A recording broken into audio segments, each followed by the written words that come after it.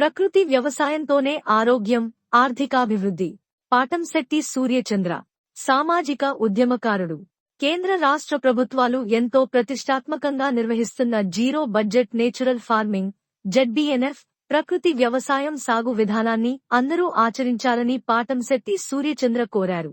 గండేపల్లి మండలం నాయకంపల్లి గ్రామంలో వ్యవసాయ శాఖ అధికారులు నిర్వహిస్తున్న ప్రకృతి వ్యవసాయ అవగాహన సదస్సులో పాల్గొని రైతన్నలను చైతన్యపరిచారు. పంటలకు రసాయనిక ఎరువులు, పురుగుమందులు ఎక్కువగా వినియోగించడం వల్ల నేలతల్లిని నిర్జీవం చేస్తున్నామని, భూమిలో ఉండి పంటకు ఉపయోగపడే వానపాములు, అనేక రకాల మిత్ర జీవులు చనిపోవడం వల్ల నేల సహజ జీవం కోల్పోతుందని, రసాయనిక ఎరువులు, పురుగు మందులతో పండించే పంటల వలన అందరికీ అనేక రకాల రోగాలు రావడం, వ్యాధి నయం కోసం హాస్పిటల్లో చేరి అప్పులు పాలవడం ప్రతి కుటుంబాల్లోనూ జరుగుతుందని, భూమిని బలోపేతం చేయడానికి, పంట దిగుబడి పెంచడానికి రసాయనిక ఎరువులు తగ్గించి ప్రభుత్వం సబ్సిడీ ద్వారా ఇచ్చే పచ్చిరొట్ట ఎరువు విత్తనాలు చల్లడం ద్వారా 40 నుండి 50 రోజుల్లోనే భూమికి మంచి బలం, ఆరోగ్యం చేకూర్చే సహజసిద్ధమైన ప్రకృతి ఎరువు తక్కువ ఖర్చుతో తయారు చేసుకోవడం జరుగుతుందని, ఘన జీవామృతం, ద్రవ జీవామృతం పంటలకు వాడటం తద్వారా ఆరోగ్యకరమైన పంట పండించడానికి అవకాశం ఉంటుందని పాటంశెట్టి సూర్యచంద్ర రైతన్నలకు విజ్ఞప్తి చేశారు.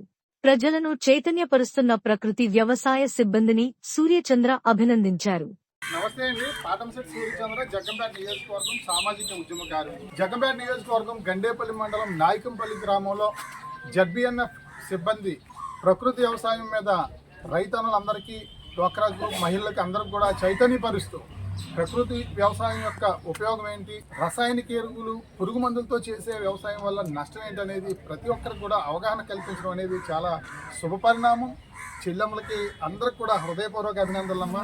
మీరు ప్రతి ఇంటింటికి తిరిగి అందరినీ కూడా చైతన్యపరచడం అనేది చాలా సంతోషం, మంచి కార్యక్రమం చేపట్టండి. ఈ సందర్భంగా ప్రజలందరికీ, రైతన్నులందరికీ కూడా నేను విజ్ఞప్తి చేసేది, మనం నేల తల్లిని నిర్జీవం చేస్తూ ఉన్నాం రసాయనిక ఎరువులు, పురుగు మందులతో. మళ్ళీ నేల తల్లికి జీవం పోసే ప్రక్రియ ఈ యొక్క ప్రకృతి వ్యవసాయం.